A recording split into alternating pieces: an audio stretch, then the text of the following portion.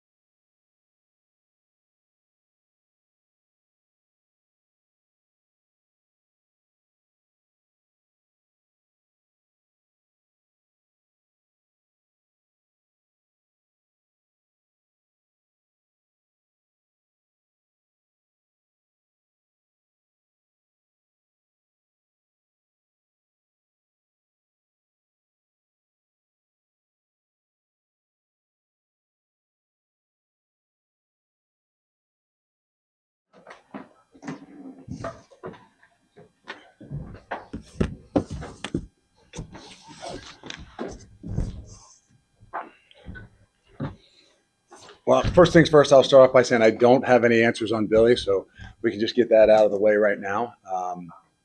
Don't know a whole lot. Good to see though that he was back out there, able to be a part of the game and be with our team and things like that. So hopefully that's a really good sign for things moving forward. But we won't have any updates right now. I would say that obviously defensively that was a heck of a game. And I'm not singling out any one person. I haven't even looked at the stats. It's easy to say. Obviously, Mike Tressel and that defensive staff did a really good job in the preparations and really made some really good adjustments. I don't know that maybe initially we expected the quarterback to run the ball quite as much. And I think the first couple of series he came out and showed that they were willing to run the quarterback. And I thought our guys adapted and adjusted really well to that. Played really well on third down. I think hopefully that's a great sign for us moving forward. As you can see that we've done a much better job creating pressure. Those guys up front creating havoc, whether they're sacks or not. Sometimes that's the most overrated stat in football. To me, it's a little bit more about pressures, is getting the guys off the spots and being aggressive enough at those situations that you can always keep somebody not comfortable or on their heels back there. And I thought that's where the defensive front did a really good job tonight. And then what can you say about Preston Zachman? I think that a guy in his sixth year, it's sometimes it's tough to say, well, he's gotten a lot better, but I really his confidence level from what I've seen all through fall camp showed in tonight, and I'm excited for him. I'm proud of him, and it wasn't just the two picks. He's really stepped up in his leadership and really has kind of taken a great grasp. I've always been a guy that in particular, the leader of the defense comes from interiorly, usually the linebacker. And it still can, and we have a collective group of leaders, but there's definitely a guy out there in Preston that has done an unbelievable job at just being a really calm but aggressive leader. Question? Luke, considering the way things have played out at quarterback the last couple of years, did this snake bit? Oh no, I mean, we talked about complimentary football. We talked about, hey, you're going to have to handle adversity. It always happens. It happened in fall camp. I can honestly say that, no, that was by far the furthest thing that I was expecting or hoping, or obviously wouldn't hope, but to have any type of adversity like that. And so, more than anything, you just had to kind of keep a straight face and don't show any emotions of any sorts. And I thought our guys did a really good job of that. I thought Billy showed a really good job. I thought Danny showed a really good job of that. And in particular, I think the defense showed. So it was definitely one of those things where, someone's down and you're like, no, he didn't get hit. So don't know much about it. Just as it's all said and done, we'll find out. But it's one of those things where, hey, this is where you find out what you're made of. And I promise you that we're going to be built a little bit different than to say, hey, it's all on the shoulders of whoever comes in there taking that snap. And to be honest with you, Billy probably took 85% of the snaps the last 6-7 days. And you'd say, well, hold on, isn't there some balance to that? I think in game one, I think with the new offense, I think that it was a lot of snaps, even if there was a two line or some two other guys out there that Billy was taking. So Danny had to do an incredible job of the mental reps of being prepared. And I don't know if that answers your question, but I don't really want to think much more about that. Another Danny question. I guess I'm wondering when, since he and Billy are sort of, different types of players, how much of a challenge is that for not just him to come in, but just the offense do you have to call things differently? You'd have to ask Coach Grimes that. I mean, look, when as we started this since January, the whole idea was, look, we can't be so handcuffed if by chance that another quarterback goes into the game and guys have to be able to do what we're asking them to do. And whether they're 6'4", 6'3", like Billy, or 6 foot, 6'1", I don't want to cheat him out of an inch. Whether he has the arm, what kind of arm, there's things that these guys got to be able to do. It's commanded offense. It's understand an incredible amount of shifts, motions, and things that the offense has. And so that's where that they all can do things pretty darn well. and they've all worked at the same thing. So is the offense that much different? No, it's not. I think that there's strengths of guys based on, hey, how they throw the deep ball, how do they throw the deep out, how do they, what are their other strengths? The quarterback run was in the game plan, whether it was Billy or Danny or Hunter, and those are just things that all encompassing that the offense will be able to do. Andrew in the back. You'd mentioned you'd hope to start in midseason form. Is that hard to evaluate given some of the adversity? No, I think that when you have adversity like that in midseason form, you got guys that have confidence in what they're doing, whether that's the guy coming in or the guys around them. Midseason form is, I don't think there was a whole lot of pre-snap penalties. We didn't have a substitution error, all 11. I mean, I thought we were really sound. Now, we had a bad punt to start off with, but I thought we were really sound in the special teams game. And that's what I'm talking about when I say I have a good feel, when I say this, we're in a different place. You can have a struggle, you can have a tough game, you can, obviously have an adversity like losing, have a quarterback go down, but you can still play the game the way that you expect to be able to play it. And that's what I thought we looked like tonight.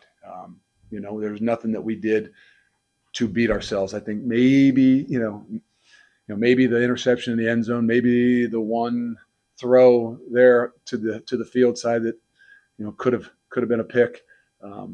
Other than that, there's a lot of things we got to do better. Don't get me wrong. I mean, sacks and minus yardage plays, minus ones and minus twos you can overcome. Minus 15s are tough to overcome, and that's where we've got to make sure we do a better job. Luke, you mentioned the quarterback run game from them, and it seemed like bringing guys like Kamir and Deani from the edges really slowed that down. Was that kind of the adjustment you guys had to make on the fly for that? A little bit. I think when those guys came from the edges, I don't think they tackled him though. So I'm not sure that it's one of those ones like that's a really good call. It was a great effort for the guys, obviously running them down, but became some opportunities to get some guys free. But you know what? That's I think our maturity showed defensively in particular, meaning when all of a sudden they started riding the thing, they started really kind of holding it. That's not something that you see every day. That's not something that we worked all the time, but that's something that you obviously have to be able to adjust and adapt to. And so whether it was trying to get some situations where we could bring some edge pressure to guys like Mason Riger and Cheeks and DP of being really under control on the edges, because that's where your discipline, really shows. And to be honest with you, the last 2 years, we would have struggled. I really do think so. Nick in the middle. Luke, you just mentioned a few of those players, Sebastian, Mason, DP. They all kind of impressed throughout fall camp. It seemed like they came together on some TFLs tonight. Just what elements can they bring to the outside of that team? I think there's a bunch of them. I think that's the thing, and I think it'll be interesting because they all think they have different strengths. They bring different things. So edges, guys will have to prepare for different people. I mean, Mason Riger is different than Cheeks, which is different than DP, and there's right now it's game one, and it's there's an unselfishness that I think is where the strength of what we have right now. I mean, I don't know who started in some of those situations. I don't know who started out there on the field. I'm sure you guys do, and I'm sure you'll ask. But the truth of the matter is, I really don't think that they cared. And, that's where we got to continue to grow with. Steve, second row. Just how much of a luxury is it to have somebody with starting experience the way Danny does, and how much of a priority was that in the offseason? You got multiple guys who had starting experience. Yeah, I mean, it was a priority. It was a priority to make sure we had a room full of guys we felt like would be competitive. We're not denying that we, obviously when Billy came in here, we basically said, you're our guy. But we really wanted to have somebody who was going to come in and think that they could take that from him. And I think that's where, if you ask me what Danny's strengths are, I think it's that. I think it's just that there's a confidence level that he has. Obviously, he played last year. He's played a lot of ball. And I think that goes a long way too. But the maturity to be able to be prepared well enough to go out and perform when, let's be honest, you don't get as many reps as hindsight you're like, well, maybe we should have split those things 60-40 or, even 50-50, you go with the ones and you go with the twos. But you kind of got to understand that in this game, right? I mean, you never know when your number is going to be called. And, to have a competitive excellence means you got to be prepared when that time comes. And I thought he did a good job. Obviously, don't get me wrong, there's going to be some things that we're going to be harping upon. But you never could tell that from his face on the sidelines. And there's a confidence level that it's not something you can teach. Come on, Mark.